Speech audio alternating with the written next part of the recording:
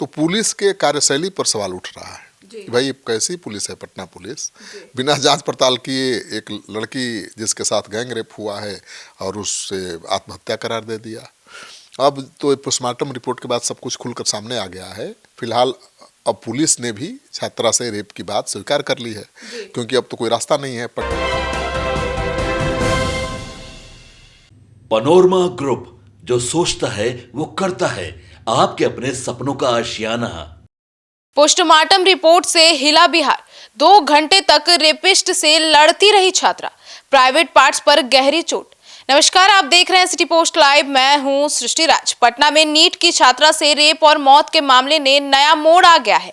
Rape के दौरान छात्रा से काफी जोर जबरदस्ती की गई थी। पोस्टमार्टम रिपोर्ट्स के अनुसार करीब 1.5 से 2 घंटे तक छात्रा दरिंदगी करने वालों से लड़ती रही होंगी। उनके शरीर पर चोट के निशान कुछ यही कहानी बयां कर रही है। प्राइवेट पार्ट्स में भी काफी चोट है और इससे यह भी आशंका जताई जा रही है कि रेप करने वाले एक से ज्यादा हो सकते हैं। इस पूरे मामले के बारे में विस्तार से जानकारी देने के लिए हमारे साथ मौजूद हैं chief editor Shrikant Pratyush sir. पहले तो पुलिस मामले को पर्दा डाल रही थी और कह रही थी कि आत्महत्या है, अब तो ये गैंग रेप का मामला सामने आ रहा है। देखिए, 1.5 से 2 घंटे तक कोई लड़की संघर्ष करेगी तो उसमें सामने कोई एक ही आदमी होगा? बिल्कुल नहीं, एक से ज्यादा लोग होंगे। और लड़की के साथ जिस तरह से दरिंदगी की गई है और 1.5 घंटे तक अपने को बचाने की कोशिश करती रही है, मतलब ज़्यादा संभावना है कि गैंग रेप हुआ है। और बिना जांच पड़ताल के ही पुलिस ने पहले क्षण में ही पहले ही कह दिया कि भाई ये तो आत्महत्या का मामला है। तो पुलिस के कार्यशैली पर सवाल उठ रहा है कि भाई ये कैसी पुलिस है पटना पुलिस। बिना जांच पड़ताल किए एक लड़की जिसके साथ गैंग रेप हुआ है और उससे आत्महत्या करार दे दिया। अब तो पोस्टमार्टम रिपोर्ट के बाद सब कुछ खुलकर सामने आ गया है। फिलहाल अब पुलिस ने भी छात्रा से रेप की बात स्वीकार कर ली है, क्योंकि अब तो कोई रास्ता नहीं है। पटना मेडिकल कॉलेज अस्पताल में गठित मेडिकल बोर्ड द्वारा की गई पोस्टमार्टम जांच में छात्रा के शरीर पर कई गंभीर चोट के निशान सामने आए हैं। रिपोर्ट के अनुसार सभी चोटें मौत से पहले की हैं, यानी रेप के दौरान ही लगी हैं चोटें। डॉक्टरों ने बाहरी जांच में सबसे पहले छात्रा की गर्दन, कंधे, चेस्ट को देखा। रिपोर्ट में साफ लिखा है कि गर्दन और कंधे के आसपास नाखून से गहरे घाव पाए गए हैं। डॉक्टर के अनुसार ऐसे निशान तब मिलते हैं जब पीड़िता किसी से खुद को बचाने की कोशिश करती है। उस दौरान हमलावर उसे जबरन पकड़ता है, खींचता है और इस तरह की चोट आती है।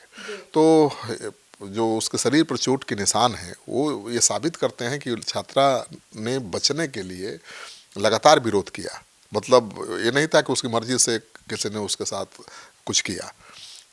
एक गैंग रेप हो सकता है। मतलब ये चोट साफ बयां करती है कि एक गैंग रेप थी। अब भाई चोट से तो यही लग रहा है। 1.5 से 2 घंटे तक कोई एक आदमी जाकर किसी लड़की के साथ जोर जबरदस्ती कर सकता है। और मुझे तो लगता है कि ये गैंग रेप हो सकता है। पुलिस को गंभीरता से मामले की जांच करनी चाहिए। रिपोर्ट में छाती और कंधे के नीचे वाले हिस्से पर मल्टीपल स्क्रैच के निशान हैं, खरोच के निशान हैं। और ये खरोच एक जगह तक सीमित नहीं है बल्कि फैले हुए हैं। डॉक्टरों का कहना है कि ऐसा तब होता है जब पीड़िता को लंबे समय तक दबाया गया हो या जमीन पर रगड़ा गया हो या किसी ने चेस्ट को नाखून से नोच दिया हो। पोस्टमार्टम रिपोर्ट में पीठ के हिस्से पर नीले निशान भी पाए गए हैं। इससे पता चलता है कि छात्रा के पीठ को किसी कठोर सतह से रगड़ा गया है। डॉक्टरों की राय में ये चोटें साबित करती हैं कि संघर्ष कुछ मिनटों का नहीं, कुछ घंटों का है। 1.5 से 2 घंटे का है। यानी यह 1.5 घंटे से 2 घंटे तक लड़की के साथ ये दरिंदगी की गई है। और आशंका ये भी है कि लड़की के साथ जबरदस्ती करने में एक से ज़्यादा लोग शामिल होंगे, तभी ऐसा हुआ है। सर, तो उस लड़की के जांच रिपोर्ट में क्या सामने आई? देखिए, रिपोर्ट में स्पष्ट रूप से दर्ज है कि प्राइवेट पार्ट में ताज़ा चोटें पाई गई हैं और गहरे चोट के निशान हैं। इससे काफ़ी ब्लीडिंग भी हुई है। मेडिकल रिपोर्ट की राय में ये चोटें सहमति से बने संबंध की नहीं हैं। ये फोर्सफुल मतलब कहिए कि ये रेप और गैंग रेप का ही मामला सामने आ रहा है। डॉक्टरों का कहना है कि अगर संबंध किसी भी प्रकार से सहमति से बनता तो इस तरह की अंदरूनी और बाहरी चोटें एक साथ नहीं लगती। शरीर के अन्य हिस्सों पर संघर्ष के निशान यह साबित करते हैं कि बेहोश नहीं थी छात्रा, बल्कि उसने खुद को बचाने की कोशिश की। खुद को बचाने के लिए घंटे 1.5 घंटे तक संघर्ष किया, लेकिन उसके साथ दरिंदगी की गई है। तो मुझे लगता है कि पुलिस अगर गंभीरता से जांच करे तो एक नहीं 2-4 लोग संदिग्ध नज़र आ सकते हैं। तो ये बहुत बड़ा मामला बन गया है जब से पोस्टमार्टम रिपोर्ट सामने आया है, और पुलिस के कार्यशैली पर भी सवाल उठ रहा है। पोस्टमार्टम रिपोर्ट के अंत में डॉक्टरों ने लिखा है कि यौन शोषण की पुष्टि होती है, जबकि मौत के अंतिम कारण को अभी तक स्पष्ट नहीं किया गया है। इसके लिए आगे की विशेषज्ञ जांच के लिए बिसरा सुरक्षित रखा गया है और रिपोर्ट को एम्स भेजा गया है ताकि फिर सवाल न उठे। सर मतलब गैंगरेप हुआ है पर मौत उसके कारण नहीं हुई? नहीं, अभी वो पता नहीं चल पाया है कि मौत का असली कारण क्या है, लेकिन जो पोस्टमार्टम की रिपोर्ट है वो कुछ और कह रही है, पुलिस कुछ और कह रही थी। सर पुलिस तो उसे आत्महत्या करार दे रही थी, नींद की गोलियां खाई हुई। पुलिस ने कहा कि मोबाइल सर्च हिस्ट्री और नींद की दवा के आधार पर छात्रा डिप्रेशन में थी, और पुलिस ने कहा कि शुरुआती जांच में यौन शोषण के सबूत नहीं मिले हैं। कैसी जांच है और अब क्यों मिल गया? देखिए, पोस्टमार्टम का जो फैक्ट है वो सामने तो अब आ चुका है। प्राइवेट पार्ट में ताज़ा चोट है, टिश्यू ड्रामा है और ब्लीडिंग पाई गई है। मेडिकल ओपिनियन में साफ लिखा है कि यौन शोषण की पुष्टि होती है। पुलिस ने कहा कि छात्रा बेहोश मिली, कोई बाहरी हिंसा स्पष्ट नहीं थी। पोस्टमार्टम साबित करता है कि छात्रा बेहोश नहीं थी, बल्कि लंबे समय तक उसने संघर्ष किया। परिवार का आरोप है कि हॉस्टल संचालक ने FIR के पहले पैसे देने की पेशकश की। सवाल ये भी उठ रहा है कि अगर मामला साफ था, कुछ गड़बड़ नहीं था, तो समझौता करने की ज़रूरत क्यों हॉस्टल को ज़रूरत पड़ी? तो इसमें कहीं ना कहीं हॉस्टल वालों की भी मिली भगत है, उनकी भी भूमिका संदिग्ध है। और यही सवाल उठता है कि क्या यह डील किसी बड़े खुलासे को रोकने के लिए था? क्या इसकी जानकारी पुलिस को दी गई? यदि हाँ, तो कार्रवाई क्यों नहीं दिखी? और पुलिस ने इसको प्रथम अटेम्प्ट में क्यों एक आत्महत्या का मामला साबित करने की कोशिश की? तो पुलिस के तरीके पर सवाल उठ रहा है।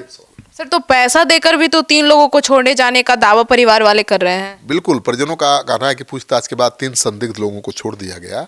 सवाल उठता है कि क्या यह रिहाई सबूतों के अभाव में हुई या किसी और वजह से, और इतनी जल्दी कैसे हो गई?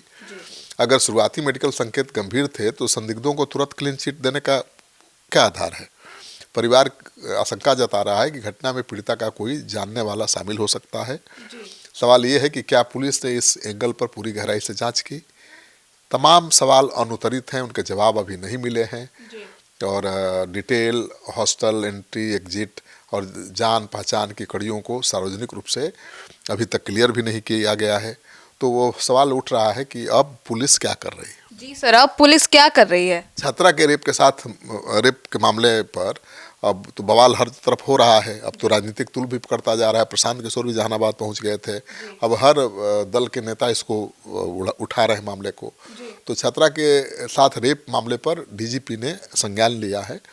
उन्होंने हायर लेवल के SIT गठन किया है और जोनल IG पटना के जो है जितेंद्र राणा, उनको जांच का जिम्मा सौंपा है। तो SIT में सदर ASP अभिनव, सचिवालय SDPO, एक डॉक्टर, एक सचिवालय SDPO भी है, और जक्कनपुर थानेदार ऋतुराज सिंह और कदमकुआं थानेदार जन्मेजय राम और एक महिला पदाधिकारी समेत 7 लोगों को SIT की टीम में शामिल किया गया है। और पत्रकार नगर के रोशनी कुमारी जो SHO हैं, उनको दूर रखा गया है क्योंकि उन पर आरोप है कि उन्होंने मामले को दबाने की कोशिश की।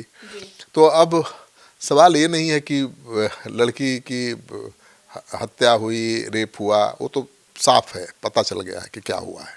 सवाल ये है कि पुलिस क्या कर रही है? पुलिस क्यों बेटियों के साथ हुए गंभीर अपराध को हल्के में ले रही है?